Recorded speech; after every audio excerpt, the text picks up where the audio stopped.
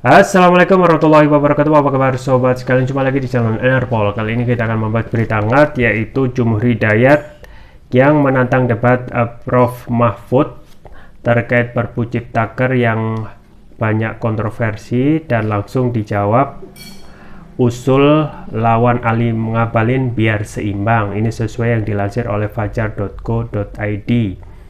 Langsung saja kita baca dan kita ulas. Fajar.co.id, Jakarta.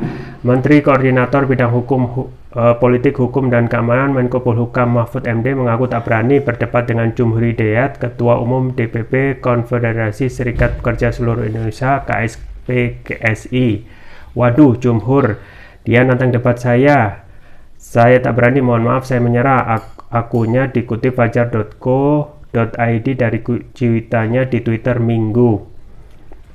Pakar hukum tata negara ini bilang ia mengenal Jumhur sebagai orang yang pandai, maka dari itu ia enggan untuk berdebat. Saya kenal dia amat sangat pandai sekali, kalah saya, ujarnya.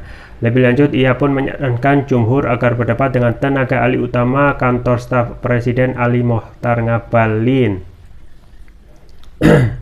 Saya usulkan dia akan menantang debat Ali Mohtar Ngabalin biar seimbang, tapi saya tak tahu Ngabalin mau atau tidak, pungkasnya. Diketahui sebelumnya Jumhur Hidayat menantang Mahfud MD berdebat soal peraturan pemerintah pengganti undang-undang Perpu Cipta Kerja. Hal ini buntut usai mantan Ketua Mahkamah Konstitusi itu membela lahirnya Perpu Cipta Kerja yang dinilai bermasalah, salah satunya merugikan buruh. Ya, itu ya sobat sekalian terkait tantangan debat dari Jumhur Hidayat yang merupakan Ketua KSP SI, Ketua Umum DPP Konfederasi Perserikatan Pekerja Seluruh Indonesia. Dan memang kalau kita melihat cuitan dari Prof Mahfud, tentu saja ini hanya mengolok-olok ya, karena awalnya Jumhur menantang debat 10 menit terhadap Prof Mahfud. Nah, kalau kita melihat saling serang itu pasti akan terjadi kalau nanti debat itu bakal terjadi.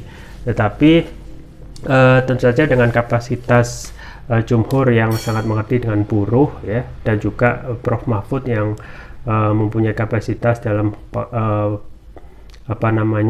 pakar hukum tata negara, pasti akan ada saling bantah membantah yang tentu saja akan terjadi debat kusir. Satu ya, persoalan tidak akan selesai. Dua, justru akan lebih memperrumit masalah, dan yang akhirnya tentu saja yang terjadi adalah debat yang tidak akan ada ujungnya dan tidak memberikan pencerahan kepada publik. Dan memang apa yang disampaikan oleh Prof Mahfud ini hanya mengolok-olok saja ya, karena sebenarnya memang pastilah Prof Mahfud dengan argumentasinya pasti akan ada bantahan-bantahan pun juga terhadap argumen ataupun tantangan debat yang disampaikan atau yang ingin didebat ya oleh Jumhur. Nah, akhirnya kita ketahui cuitan yang kelihatannya seperti hanya main-main semata, Jumhur Prof Mahfud akhirnya dalam tanda kutip ya mengolok-olok dengan mengatakan dia tidak berkapasitas dan lebih menunjuk kepada staf ahli, yaitu Ali Mohtar Ngabalin.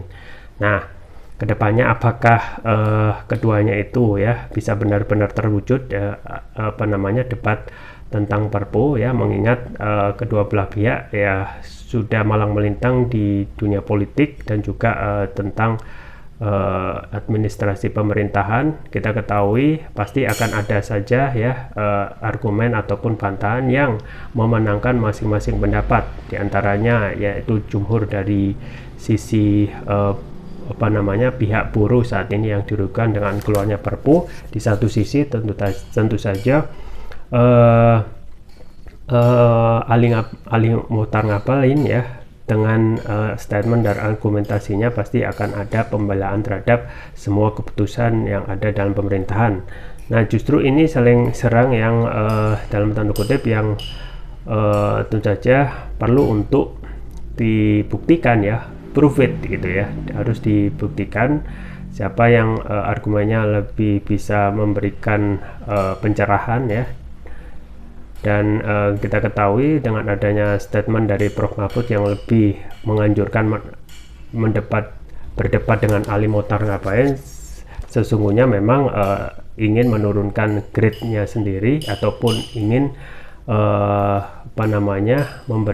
memberikan lawan tanding debat itu dengan orang yang sama-sama selevel, yaitu Ali Mokhtar Ngabalin yang merupakan staff.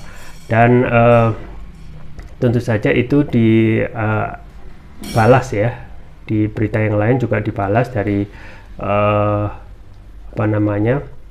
Ali Jumhur Hidayat, bahwasanya dia juga sama seperti yang disampaikan oleh Mahfud MD, dia juga menyerah dan akhirnya bisa KO gitu ya. Dan tentu saja semuanya itu hanya guyonan dan hanya saling mengolok-olok dengan bahasa masing-masing.